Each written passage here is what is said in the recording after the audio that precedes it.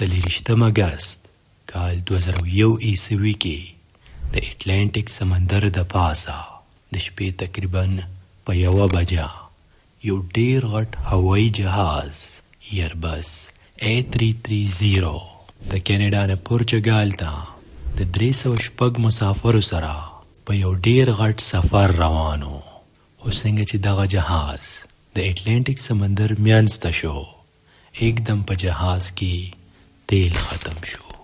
پایلټس هیڅ نه پوهیږي چې اخر ولی په نیمای لار کې هغه هم د بحر الکاهل د پاسه په دې جهاز کې تیل ختم شو.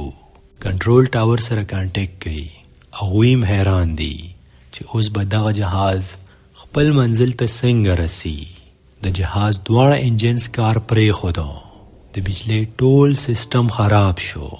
په جهاز کې دننه توره تیاره او یو عجیب قسم خاموشي شوه. جهاز د سمندر طرف ته په غورځېدو شو. ټول خلک ورخطا شو ځکه چې د سمندر مرګ ډیر دردناک دی. دغه جهاز سره د مسافرو لاندې خطرناک او تور سمندر ته وغورځېدو او کنه مخکې د خلکو سره سو شو، بچ شو او کنه. راځئ اوس دا ټوله کیسه د سر نه اورو او د هر څه نه ځان خبرو. دا خبره په یاد ساتئ چې دا یو حقیقي واقعه ده او د دې کیسې شروعات کیږي په کینیډا کې د ټورانټو پیرسن ایرپورټ نه، کله چې په 30 اګست کال 2001 عیسوي کې یو هوایي جهاز فلایټ 236 ایربس A330 د کینیډا د ټورانټو نه د پرتګال لیزبن ته په سفر روانېدو. د پرواز نه مخکې د جهاز چیک اپ وشو. خو کافي تیل یې ورکې واچول ځکه چې دا پوره د 2 غنټو سفر و. هغه هم د اټلانټیک سمندر د پاسه د نیمې شپې. جهاز د سفر دپاره تیار شو او دا جهاز د هغه وخت د ټولو نه جدید او محفوظ جهاز و. د شپې تقریبا 9 بجې وې چې 293 مسافر او د جهاز د عملي کرو ممبر چې ورته وي 14 کسان سره د پایلټس په جهاز کې کېناستل. جهاز په رنوې باندې په مزه حرکت شروع کو. کله چې د جهاز رفتار کافي تیز شو او پرواز کولو ته بالکل برابر شو، نو د کنټرول ټاور په اجازت سره د پیرسن ایرپورټ نه اوچت شو د لیزبن په طرف. په جهاز کې ناست پایلټس څه عام پایلټس نو بلکې بې انتهایی ماهر او تجربه کارو.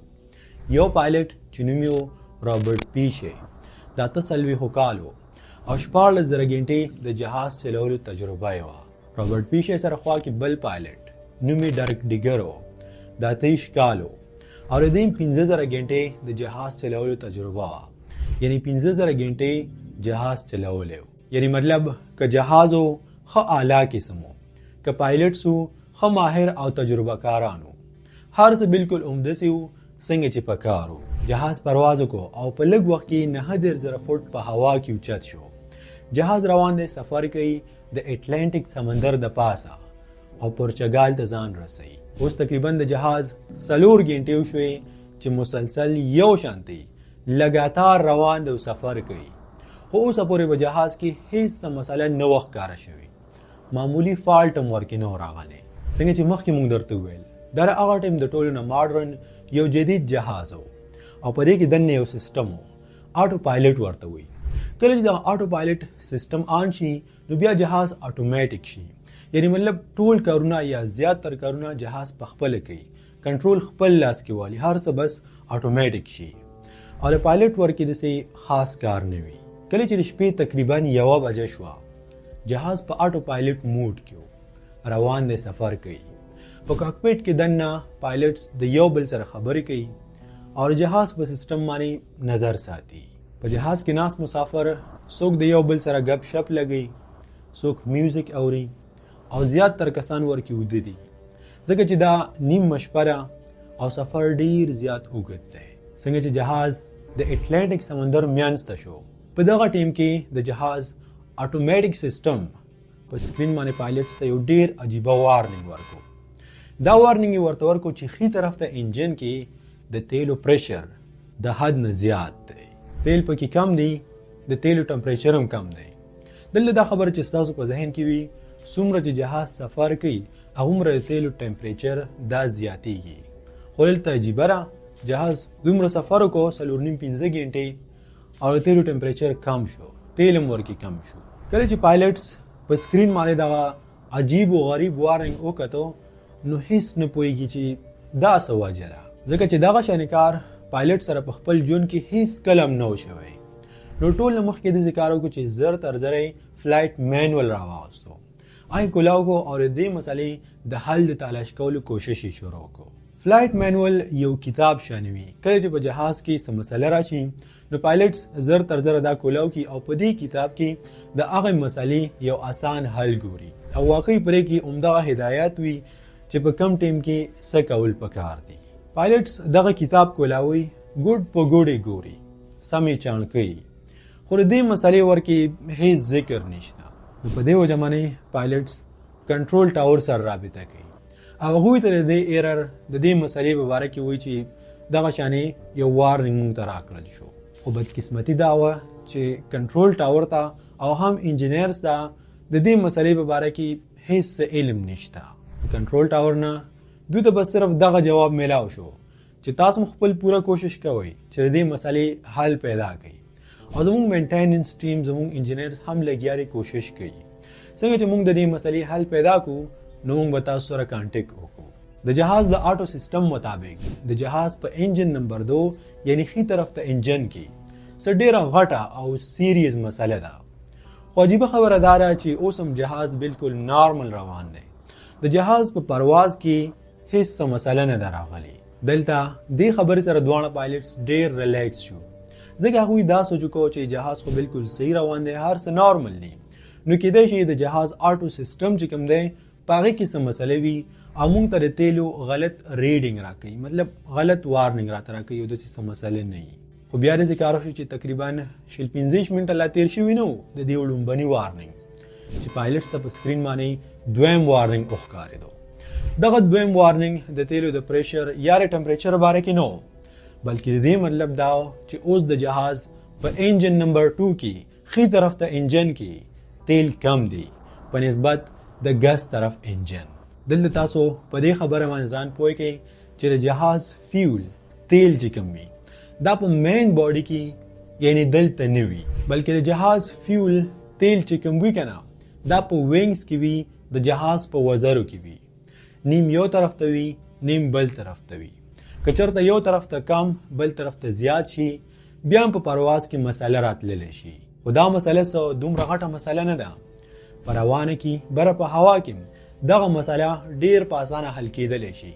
او دلته هم پایلټس داسې کار وکړو چې کراس فیډ والف یې کولاو کړو، یعنې یو قسم ته د تیلو وال یې کولاو کړو او د ګس طرف انجن نه وزرې نه خي طرف انجن ته ډیر په اسانه سره تیل ورپاس کړل او په دواړو وینګز کې وزرو کې د تیلو مقدار یو برابر شو. پایلټس لا یو مسله حل کړې نه ده چې په سکرین باندې دریم خو به انتهایی خطرناک وارننګ راغی.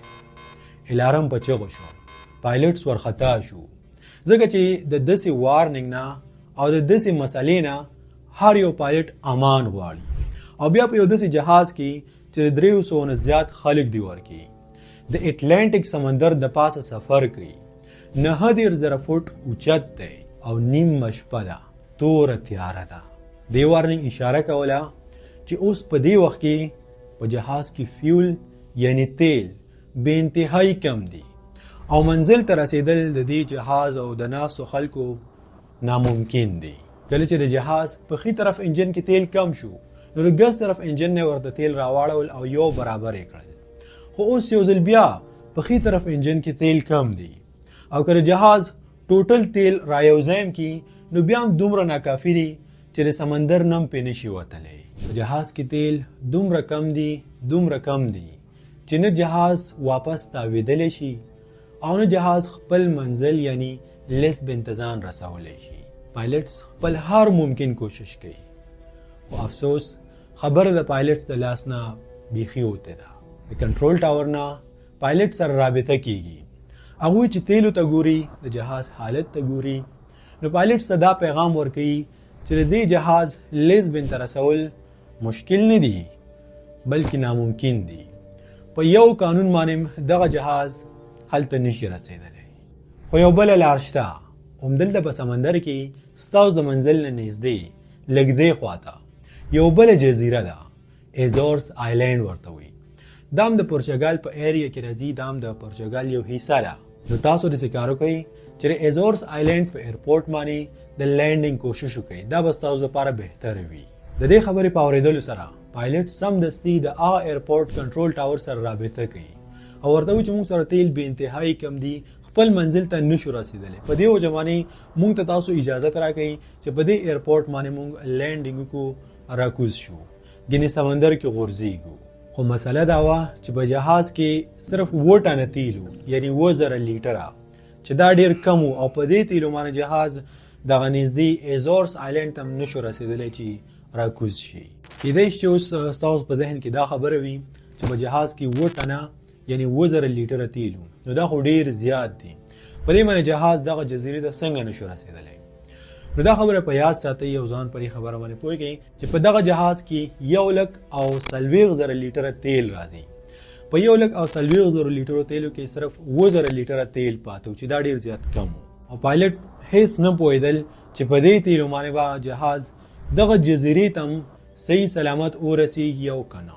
یو جهاز کې تیل آلریډي کم دی، بل جهاز په 4-5 منټو کې دننه 1 ټن تیل راخکي. پایلټ سکرین تم ګوري، میټر تم ګوري او ډیر زیات حیران دي چې په دومره کم ټیم کې دا جهاز ولې دومره ډیر تیل خوري. دلته کیپټن شک پیدا کیږي او یو کرو ممبر ورلیږي، ورته وایي چې ته ورشه او د جهاز د وینډو نه په احتیاط سره وګوره اخوا دیخوا انجن سره خوا کې چې چېرته څه مسله خو به نه وي، چېرته تیل خو به لیک کېږي نه، لاندې خو به روان نه. کرو ممبر راځي، ښه په احتیاط سره اخوا دیخوا ګوري، انجن چک کوي، هر څه چک کوي. خو دا نیمه شپه وه، ډېره زیاته تیاره وه او سم په نظر نه راتلل. جهاز دومره په تیزۍ سره تیل راخکي چې ټرسیره ایرپورټ کوم چې په ایزورس آیلینډ باندې و او نږدې و، دې ته د جهاز رسول اول خو مشکل و، خو اوس ناممکن ښکاري. په کاکپټ کې ناست پایلټس کنټرول ټاور سره او هم مینټیننس ټیم سره یو شانې په رابطه کې دي. پایلټس کنټرول ټاور ته وایي زموږ شک دی چې چېرته د جهاز تیل لیک شوي دي، ځکه ډېر زیات په تیزۍ سره روان دي. مونږ کوشش وکړو چې د تیلو د لیک ځای پیدا کړو، خو تیاره دومره زیاته ده چې هیڅ سم په نظر نه راځي. کنټرول ټاور د جهاز پایلټس ته هدایت ورکوي، ورته وایي تاسو داسې کار وکړئ چې د جهاز اوچتوالی د 9,000 فوټ نه 20,000 فوټ ته راولي، مطلب راښکته کړي، نو معلومه به شي چې تیل لیک دي او که نه دي. خو پایلټس د دې خبرې نه انکار کوي، ورته وایي موږ داسې نشو کولی او نه داسې کول پکار دي، ځکه که چېرته موږ د 9,000 فوټ نه لاندې 20,000 فوټ ته راشو، یعنې راښکته شو او فرض که موږ ته پته هم ولګېدلی، کنفرم شو چې په جهاز کې تیل لیک دي، نو بیا موږ واپس بره نشو تللی. د دې کار څه فایده نشته او نقصان یې ډېر غټ دی. کم از کم دلته موږ سره د ګلایډینګ آپشن شته. ګلایډینګ څه ته وایي، په دې باندې به مخکې موږ ځان پوه کوو. په جهاز کې چې هر څومره غټه مسله راشي، نو پایلټس کوشش کوي چې ناست مسافر د دې نه بیخي خبر نه کړي او د کنټرول ټاور په مدد سره د دې مسلې حل راوباسي. دلته زموږ پرې کیسه کې صرف پایلټس، کرو ممبر او کنټرول ټاور خبر دی چې دغه جهاز یوې سیریز او ډېرې غټې خطرې سره مخ دی. په جهاز کې ناست مسافر هماغه شانې بې خبره دي، څوک میوزیک اوري، څوک خبرې کوي او څوک په خواږه خوب باندې ویده دي، د څه نه هم نه دي خبر. ټیم تېرېدو، جهاز سفر کو، د جهاز نه تیل بهېدل چې په دې کې एकदम یو درز شو او د جهاز په ښي طرف انجن باندې اور ولګېدو. د جهاز د تیلو د لیک شک اوس په حقیقت باندې بدل شو. دغه درز سره په جهاز کې ناست خلک د خوب نه بیدار شو او په خپل سترګو باندې وکتل چې د جهاز په یو انجن باندې ډېر خطرناک اور لګېدلی. بس دې سره په جهاز کې یو افراتفری جوړه شوه. د جهاز کرو ممبر خپل پوره کوشش کوي چې خلکو له تسلی ورکړي، خلک خاموش کړي، ورته وایي دا خو هېڅ مسله نه ده، یو انجن خراب شو، دویم انجن خو صحیح دی، کار کوي. خو دوی چې هر څه وایي، مسافر ناست خلک دغه لمبې په خپلو سترګو ګوري او لاندې سمندر هم ورته ښکاري. جهاز د اټلانټیک سمندر د پاسه په یو انجن باندې د ډېرو کمو تیلو سره د نیمې شپې روان دی سفر کوي خو اوس په مزه لاندې را روان دی مطلب بس راغورځي ځکه چې په جهاز کې زور نشته پایلټس کنټرول ټاور سره مسلسل په رابطه کې دي د خپل سچویشن نه د خپل حالاتو نه خبري هلته په ایرپورټ باندې ریسکیو ټیم ټول ضروري سامان ریډي کوي لکه امبولانس فایر ټرک او داسې نور ډېر څه اوس په دغه وخت کې دې بدقسمته جهاز ته 240 کیلومتره لار پاتې وه دومره ډېر سفر و او صرف 600 لیټره تیل ورکړي یعنی بې انتهایي ډېره لار او بې انتهایي کم تیل ورکړي بله مسله دا وه چې جهاز صرف په یو انجن باندې اوس روان دی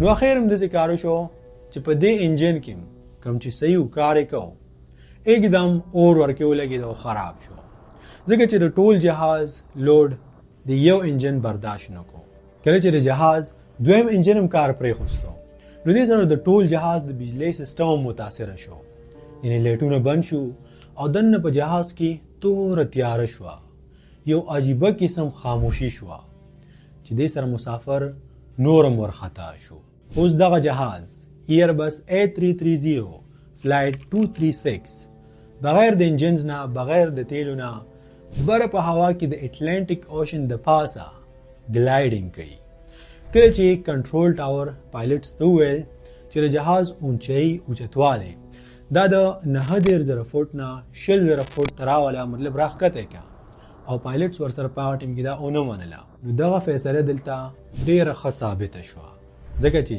کله د جهاز دواړه انجنز فیل شو کار یې پرېښودو نو په دغه ټیم کې د جهاز اوچتوالی دا 9000 فوټ په هوا کې او په دومره اوچتوالي کې جهاز بغیر د انجن نه په ګلایډینګ باندې راښکته کېدلی شي ګلایډینګ د جهاز د راښکته کولو یو طریقه ده دا طریقه بالکل داسې وي لکه کله چې د یو ګاډي انجن کار نه کوي انجن یې خراب وي خو بیا هم په اترایي باندې چې سټارټ نه وي نو دغه ګاډی په اترایي باندې لاندې راښکته کېدلی شي دلته د دې جهاز سچویشن هم څه عمدسې و بر د هوا نه لاندې ایرپورټ ته په ګلایډینګ باندې راکوزېدو په داسې حالت کې د یو جهاز لپاره اوچتوالی بهتر وي ټول الکتریک د بجلی سیستم خو بند شو خراب شو خو دلته د جهاز اټومیټک ټرباین دومره لږه ډېره بجلي پیدا کوله کار یې کو چې په کاکپټ کې دننه کوم ځای کې چې پایلټس کینی په هغه ځای کې څه اهم څیزونه چې هغې کار کو او آن اوس ایرپورټ 120 کیلومتره د دوی نه لرې و د جهاز اوچتوالی په هوا کې 10000 فوټه ټول سیستم خو آلریډي خراب شو نو پایلټ سره د دې جهاز د راکوزولو صرف او صرف یو طریقه وه یو لار وه او هغه ګلایډینګ جهاز کې ناست مسافر ډیر زیات ګبراو شوي او په خوف کې دي ځکه د نه بجلی په وجه باندې دننه په جهاز کې توره تیاره ده او یو عجیبه قسم خاموشي ده که چېرته بهر ګوري نو یو غوسناک او وحشي سمندر ورته ښکاري که چېرته جهاز ایرپورټ ته ونه رسیږي لاندې په سمندر کې راغورځېږي که د غورځېدو نه بچ هم شي په مزه راکوشي بیا هم دغه مسافر په اوبو کې ډوبېږي او د سمندري ځناورو خوراک کېږي به که چېرته ډوب نه شي نو لاندې د سمندر اوبه دومره یخې دي بالکل دغه ټایټانیک په شانې چې د ډېرې یخنۍ نه به دوی واوره شي او په یو څو منټو کې دننه به ټول مړه شي کله چې پایلټس ته دا اندازه وشوه چې بس اوس ایرپورټ ته زموږ رسېدل ډیر زیات مشکل دی بس تقریبا ناممکن دی نو کرو ممبرز لګیا شو او زر تر زره ټول مسافرو ته لایف جیکټس اخوستل شروع کړل چې بس کېدای شي د ایرپورټ په ځای باندې موږ لاندې سمندر کې کوز شو کوم چې مرګ ته غاړه ورکول دي په داسې حالاتو کې چې یو انجن هم کار نه کوي د پایلټ دپاره جهاز کنټرول کول ډیر زیات مشکل وي او بل جهاز ډیر په تیزۍ سره لاندې روان پایلټس کنټرول ټاور ته پیغام ورکو چې په 10-12 منټو کې دننه یا موږ ایرپورټ ټچ کو او یا بس موږ سمندر ته وغورځېږو که تاسو هم دغه شانې ویډیوز جوړول غواړئ او په خپل کور کې د یوټیوب نه ارنینګ کول غواړئ نو بیا زموږ د یوټیوب اټومیشن پریمیم کورس کې همدا نن رجسټریشن وکړئ په دې کورس کې به تاسو ته د یوټیوب په باره کې هر څه د الف نه والې یې پورې په ډېر اسانه پښتو کې ښودل کېږي چې همې غټ زده کولی شي او هم واړه او خاص خبره ورکې دا ده چې په یوټیوب اټومیشن کې تاسو سره لیپټاپ ضرورت هم نشته هر څه تاسو په خپل موبایل باندې کولی شئ نو راځئ تاسو هم د یوټیوب دنیا ته راشئ آنلاین ارنینګ وکړئ او ګرانې سره مقابله وکړئ کله چې جهاز ایرپورټ ته ډیر رانږدې شو د جهاز او د ایرپورټ ترمنځ فاصله صرف 15 کیلومتره پاتې شو. نو په دې ټیم کې د جهاز اوچتواله 11000 فوټو په هوا کې او دا په کار صرف 3000 فوټو. یعنی دومره اوچتواله جهاز د لینډینګ په وخت کې یو ډیره غټه خطر و. نو که چېرته پایلټ نوز ډایو کوي یعنی د دومره اوچتوالي نه ډایرکټ راځي او په ایرپورټ باندې راکوزیږي نو ول به هیڅ سمو نشي صرف کریش بشي ځکه چې په دې وخت کې او په داسې حالاتو کې دغه طریقه ډیره زیاته خطرناک او صرف د دې جهاز د پاره نه بلکې د هر یو جهاز د پاره دغه اوچتوالی د لینډینګ د پاره د راکوزیدلو لپاره بالکل مناسب نه و. خو څنګه چې موږ تاسو ته د ویډیو په سٹارټ کې ویل چې په دې جهاز کې ناس پایلټس به انتهایی ماهر او تجربه کارانو ناغوی د ذکر کو چې په جهاز باندې یو 360 چکر ولګاو. 360 چکر دې ته ویل کیږي یعنی په یو طریقه باندې جهاز تاو راتاو کو او دې اوچتوالی دای کم کو. دې چکر سره د جهاز اوچتوالی کافی کم شو. د 11000 فوټ نه ډایرکټ 15000 فوټ ته راغی. خو دلته په کار 3000 فوټو یعنی اوس هم دومره اوچتوالی ترې جهاز د پاره خطره وه. خو بس په دې کې بل سي چکر نه وال کېدو ممکن نو. جهاز ایرپورټ ته ډیر زیات رانږدې شو بس را کوزیدو واله. خو دغه اوچتوالی اوس هم د خطرې نه خالي نه و. نو پایلټس داسې کار وکړو چې په دویم ځل ته په دې معنی ایس ټرنز ولګول. دغه ایس ټرن سره د دې چې کوم اوچتوالی دا بالکل کم شو یعنی نارمل شو برابر شو. بس اوس جهاز لینډینګ ته یعنی په رنوی باندې را کوزیدلو ته بالکل تیار شو. خو دلته داسې کار و کله چې جهاز لینډینګ کوي را کوزیږي نو هغه خپل فلیپس کولاو کی. فلیپس دې ته ویل کېږي دا تاسو چې په سکرین باندې ښکاري. او د دې فلیپس د کولاولو فایده دا وي چې دا یو جهاز رامنی کوي سپیډ یې کموي او د انجن ترست زیاتوي چې دې سره د جهاز دغه نوز یعنی مخه لږه شان راوچته شي او جهاز خو په حفاظت سره په ایرپورټ باندې ودرېږي. خو دلته بدقسمتي دا وه چې د جهاز دواړه انجن بند دي او د نورو جهازونو په شانې نارمل لینډینګ څنګه چې هغوی راکوزیږي هغه شان لینډینګ دا نشي کولی. خو بس پایلټ سره بل هیڅ یو لاره نه وه. دواړو پایلټس په خپلو کې فیصله وکړه چې بس لیټس ډو اټ ګورو چې څه کېږي. همدغه یو چانس دی را سره او بس راځه کوزیږو. جهاز ایرپورټ ته په راکوزېدو شو. څنګه چې جهاز رنوی ټچ کړله نو بس په همدغه ټیم باندې سمدستي د یو ډېر زوردار اواز سره د جهاز په 12 ټیرونو کې 8 ټیرونه وشلېدل او جهاز په بې انتهایي سپیډ کې روان دی. په دغه وخت کې جهاز د کنټرول نه مکمل بهر شو. کله به یو خواته کله به بل خواته بیخي کنټرول کېدو نو. خو بس اخیرم په څه ناسه طریقه باندې دواړو تجربه کار پایلټس جهاز کنټرول کو او خو په کامیابۍ سره په رنوی باندې ودرېدو. څنګه چې جهاز په ایرپورټ باندې ودرېدو نو ودرېدلو سره سمدستي د جهاز په ټیرونو باندې اور بل شو. خو همدلته د ریسکیو ټیم موجود و. فایر ټرکس رالل او زر تر زره دا اور بند کو او ټول مسافر د جهاز نه په حفاظت سره را بهر کړل. دغه جهاز فلایټ 236 د تاریخ د ټول نه اولنې او اخرنې د جهاز و چې هغه بغیر د انجنز نه دومره وخت سفر وکړو او یو ورلد ریکارډ جوړ کو. او بیا په جهاز کې چې کوم دوه پایلټس وو هغوی ته ډېر غټ غټ ایوارډز ورکړل ځکه چې د هغوی د خواري او مهنت د تجربې په مدد سره د 300 نه زیات خلک بچ شو. کله چې د انویسټیګیشن ټیم راغی چې دا معلومه کړي چې اخر ولی په دې جهاز کې تیل لیک شوی و نو هغوی دا خبره منظر عام ته راوړله چې په سفر باندې روانېدل نه مخکې په دې جهاز کې یو پرزه بدله شوې وه. هغه پرزه د دې جهاز خپله پرزه نه وه بلکې هغه د بل جهاز پرزه وه. صحیح نه وه فټ شوې ډیله وه. ډیله و نو په دې وجه باندې هغې وایبریشن کو یو قسم ته وایبریشن یې جوړو. دې پرزې سره خوا کې د تیل یو پایپ تیر شوی و. د هغه وایبریشن په وجه باندې دغه پایپ ډیمیج شو نقصان ورته ورسېدو او په نتیجه کې تیل لیک شو. دینه تیل روان شو. زما یقین ده انشاءالله دا کیسه به ستاسو خوښه شوې وي او خوند به هم ترې اخیستی وي. که چېرته تاسو د ټایټانیک کیسه اورېدل غواړئ د دنیا د ټول نه غټ بحري جهاز او بیا به سمندر کې ډوب شو دلته کلیک وکړئ. که چېرته تاسو د یو داسې جهاز کیسه اورېدل غواړئ چې د هغې نه په روانه کې چت بیل شوی بیا په کومه طریقه باندې دوی راښکته شو خلک بچ شو مړه شو دلته کلیک وکړئ. که چېرته دلته تاسو ته ویډیوز نه ښکاري نو د دې مطلب دا دی چې دا تاسو په یوټیوب باندې آنلاین نه ګورئ. بیا تاسو داسې کار وکړئ چې په یوټیوب کې دغه نوم سرچ کړئ. دلته به تاسو دغه شانې ډېرې سټوریانې واورئ.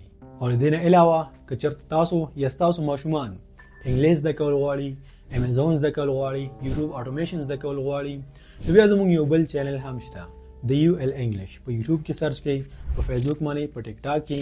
دلته به تاسو ډېر څه په ډېر اسانه پښتو کې زده کړئ. See you inshallah next time. الله سپارم.